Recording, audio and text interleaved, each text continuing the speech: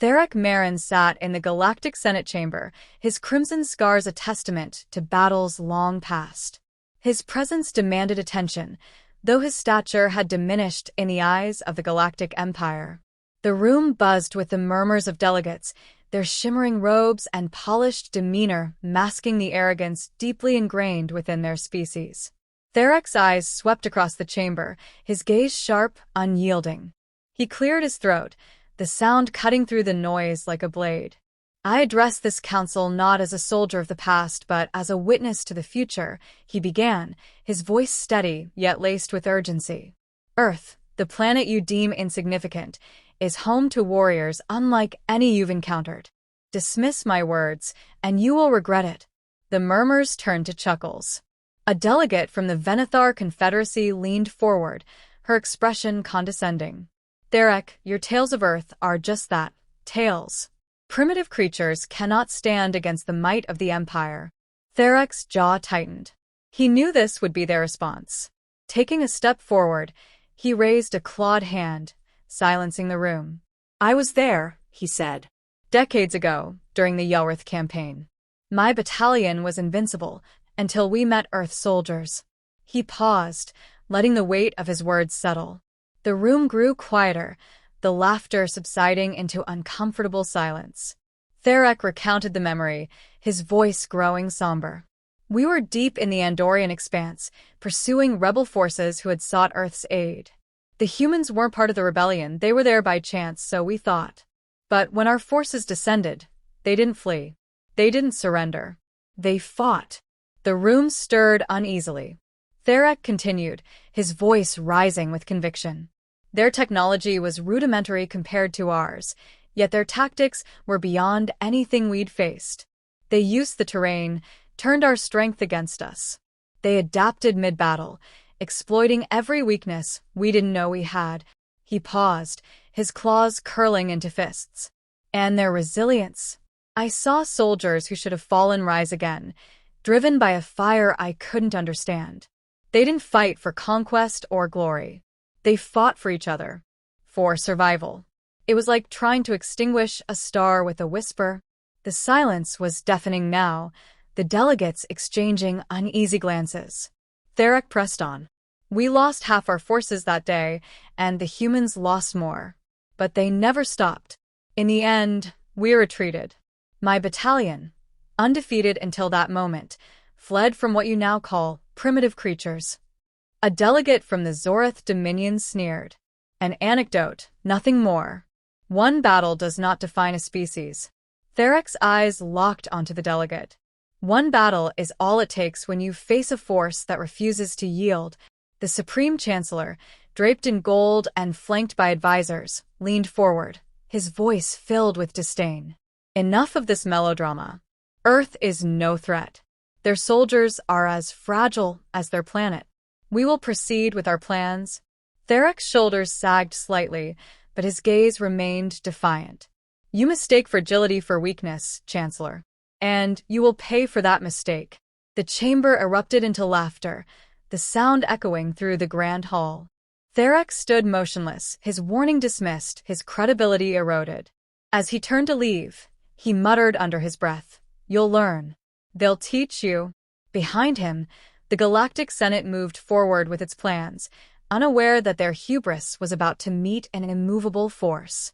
The first sight of the Empire's fleet above Earth triggered a wave of fear that spread like wildfire. Cities fell silent as news channels broadcast the ominous sight of massive warships blotting out the stars. The air was thick with unease, but panic did not last long. Humanity had always been good at one thing: surviving under pressure. Leaders from every nation convened within hours, breaking centuries of division. Borders ceased to matter, rivalries forgotten. Generals, scientists, and strategists gathered to form a united front. Among them was General Rebecca Hale, a figure respected for her sharp mind and unyielding determination. She stood at the center of the room, eyes fixed on the holographic display of the alien fleet. "We don't have their technology or numbers," she said, her voice calm but resolute. "But what we do have is the will to fight. That has always been our greatest weapon." Her words carried weight. Plans began forming immediately. Intelligence teams intercepted communications from the Empire's fleet, deciphering their strategies. The arrogance of the invaders became glaringly obvious. The Empire saw humanity as a mere inconvenience, a planet to be conquered with minimal effort. It was their overconfidence that gave Earth its first advantage. They rely on centralized command, a young analyst pointed out, highlighting weaknesses in the enemy's fleet structure. If we take out their command ships, we can throw their forces into disarray. Hale nodded, a faint smile tugging at the corner of her mouth. Good. Let's show them what chaos really looks like.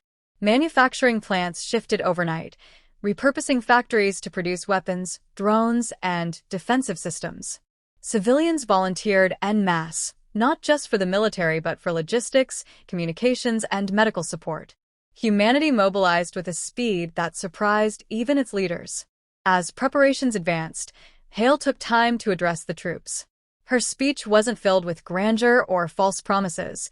It was raw and honest. "Look around you," she said, standing before a crowd of soldiers, pilots, and engineers. "We are not the strongest or the most advanced, but we are here, together, because we refuse to give up. That's what they don't understand. That's why they'll lose." Her words ignited something in those who listened. It wasn't just about protecting Earth. It was about proving that humanity's spirit was unbreakable. As the fleet hovered menacingly in orbit, Earth launched its first strike. Small, agile crafts armed with experimental weapons targeted the Empire's communications relays. The attacks were precise, designed not to destroy, but to confuse. The Empire's forces, unaccustomed to such unpredictability, faltered. Their meticulously planned assault schedule was disrupted, forcing them to regroup. It was a small victory, but a critical one. Hale and her team knew they couldn't rely on brute force. They needed to fight smart, to turn the enemy's strength into a weakness. Around the globe, resistance cells formed, each adapting to their environment. Urban fighters used the city's labyrinthine structures to their advantage, while rural units transformed forests and mountains into impenetrable strongholds. In a hidden bunker, Hale reviewed the latest reports. Despite the early successes, the cost was steep. Casualties mounted with every engagement, and resources were stretched thin. But humanity pressed on. The invaders had underestimated Earth's ability to adapt. Every encounter revealed something new about the Empire's technology, which was quickly analyzed and used against them.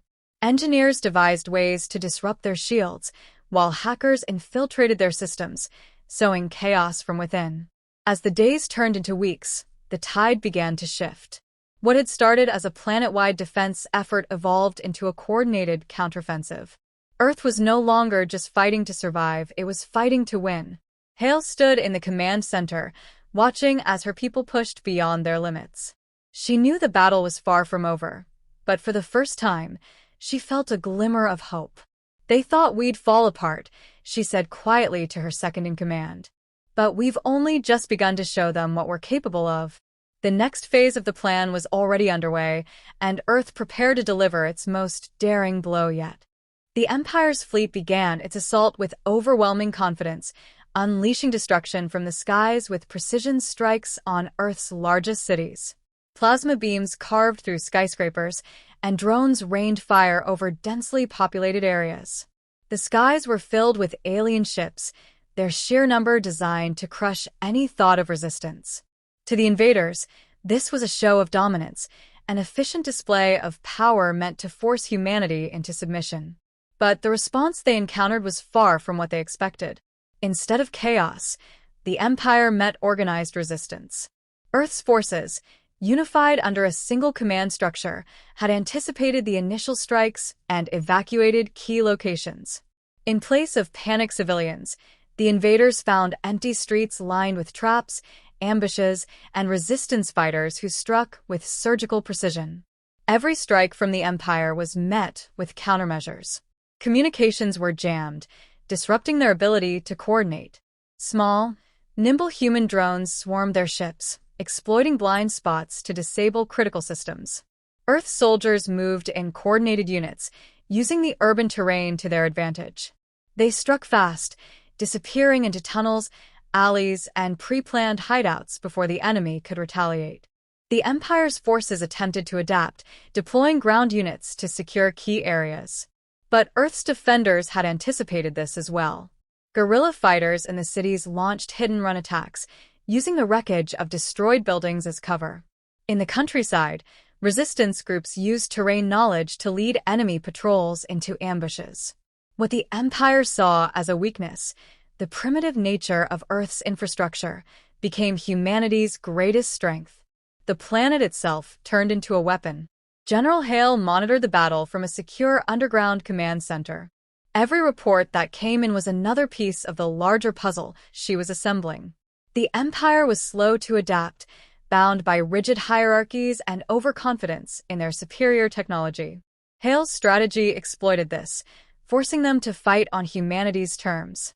On the front lines, Earth's soldiers displayed a level of resilience that baffled their alien adversaries. Injured fighters refused to retreat, pressing forward despite impossible odds. Commanders made bold, unconventional decisions that caught the Empire off guard time and time again. Soldiers worked in perfect synchronization, relying on trust and instinct where the Empire relied on orders and protocol. In one critical engagement, a group of Earth's forces managed to infiltrate an enemy command ship using stolen Empire technology. The operation was audacious, relying on precise timing and a deep understanding of the enemy's systems. Once aboard, they planted EMP devices that disabled the ship's defenses and communication capabilities. Before the Empire could react, the team had escaped, leaving the ship vulnerable to a coordinated attack. The destruction of the command ship sent shockwaves through the Empire's fleet. Their cohesion began to unravel as smaller units were forced to operate independently. This disarray allowed Earth's forces to press their advantage, launching targeted strikes that further crippled the invaders' ability to regroup. For the first time, the Empire's soldiers began to feel fear. They had entered the battle believing themselves invincible, but now they were faced with an enemy that seemed to grow stronger with every engagement. The humans' unpredictable tactics and refusal to back down were unlike anything the Empire had encountered in centuries of conquest. As the battle raged on, Derek Marin watched from a neutral observation vessel stationed far from the conflict. He had warned the Empire, but they had ignored him. Now he could see his words coming to life. The humans weren't just fighting to defend their planet, they were proving that even the most advanced civilization could be brought to its knees by sheer determination.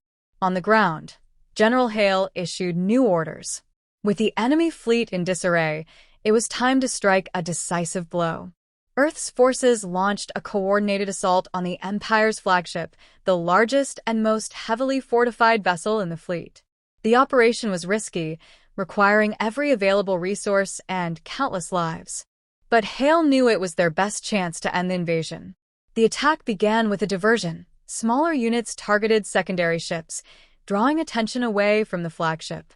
Meanwhile, a team of elite operatives used cloaked drones to approach undetected. Once inside the ship's defenses, they disabled critical systems, including weapons and navigation. The flagship, once a symbol of the Empire's dominance, was now a sitting target. Earth's forces unleashed everything they had, focusing their firepower on the flagship. The ship's destruction was a moment of triumph, a turning point that shattered the morale of the remaining Empire forces. With their leadership gone and their fleet in chaos, the invaders began to retreat, abandoning the planet they had once sought to conquer with ease. As the remnants of the Empire's fleet fled, humanity stood victorious, battered but unbroken. The battle for Earth had been won, not through superior technology or overwhelming numbers, but through ingenuity, unity, and an unyielding will to survive. The once mighty fleet of the Galactic Empire limped away from Earth, leaving behind wreckage and silence. What had been intended as a swift and decisive campaign had turned into a humiliating defeat. The Empire, so accustomed to easy victories, now bore the scars of their arrogance. Across the galaxy, the news spread faster than the retreating ships. The invincible Galactic Empire had been defeated by a planet they had dismissed as insignificant. On Earth, The atmosphere was a mix of relief and exhaustion. Cities lay in ruins and countless lives had been lost, but the people remained unbroken. General Rebecca Hale stood in the heart of a makeshift command center, surrounded by the weary yet determined faces of her team. She looked at the reports detailing the Empire's retreat, then at the countless messages of gratitude and defiance pouring in from around the globe. "We did it," someone whispered, breaking the silence. Hale's expression remained stoic. "This isn't the end," she said. "It's the beginning of something much bigger." The cost of victory was staggering.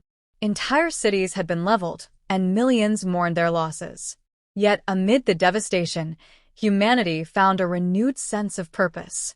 Relief efforts sprang into action, uniting people from every corner of the world. Engineers worked alongside volunteers to rebuild, while scientists scoured the remnants of the alien technology left behind. The battle had shown humanity its vulnerabilities, but it had also revealed its potential. Theric Marin watched the aftermath from a neutral station far above Earth.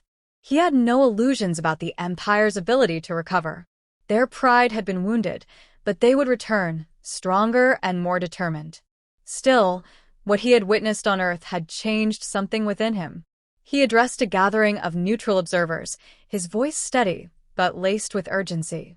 "Humanity is not to be underestimated," he said. "They are capable of resilience and ingenuity that far exceeds what the Empire can comprehend.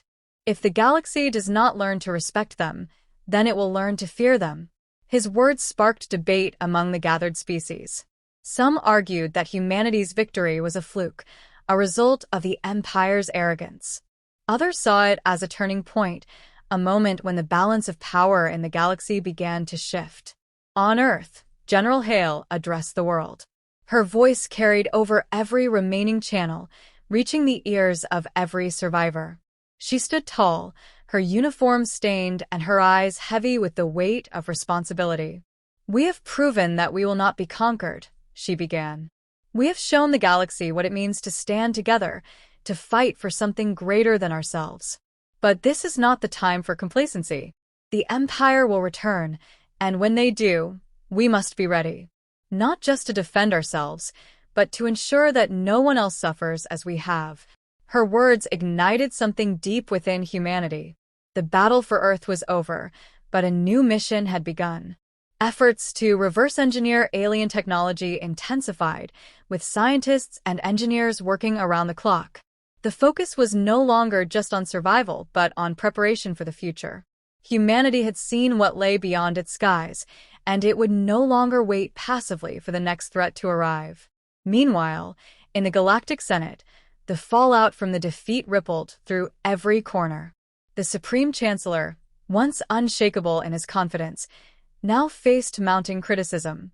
Delegates who had laughed at Theric's warnings now demanded answers. How had an empire that spanned countless systems been brought to its knees by a single planet? Theric, now vindicated, addressed the Senate once more. This time, the chamber was silent, the delegates hanging on his every word. "You were warned," he said, his voice calm but firm. "You dismissed Earth as primitive, as unworthy of your attention. You failed to understand their strength, and you paid the price. If you do not learn from this, you will face them again, and next time, they will not wait for you to bring the fight to their doorstep." His words left the Senate in uneasy silence. The seeds of doubt had been sown, and the once unified empire began to fracture under the weight of its failure. Back on Earth, life slowly began to return to a semblance of normalcy, though nothing would ever truly be the same. People looked to the skies with a mixture of awe and resolve, knowing that their place in the galaxy had forever changed. The scars of the battle were visible everywhere, but so too was the determination to rebuild stronger than ever. Humanity's leaders convened, this time not to plan for war, but to chart a path forward. They knew the galaxy was watching, and they intended to send a clear message. Earth would not be a victim, nor would it seek conquest. Instead, it would rise as a force to be reckoned with, a symbol of unity, resilience, and defiance in the face of oppression. General Hale, now a symbol of humanity's strength, stood at the forefront of this effort. Her leadership had brought them through the darkest days, and her vision would guide them into the future. She knew the road ahead would be long and fraught with challenges, but she also knew that humanity was ready. "We've faced the worst they could throw at us," she said during a meeting with global leaders. "And we've come out stronger. The galaxy may see us as a threat now, but let them. They'll learn what the Empire did. The hard way, if necessary."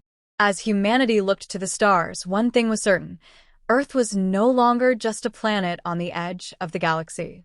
It was a symbol, a beacon of hope for those who had been oppressed and underestimated. The Galactic Empire had underestimated the strength of human will, and now the galaxy would never be the same.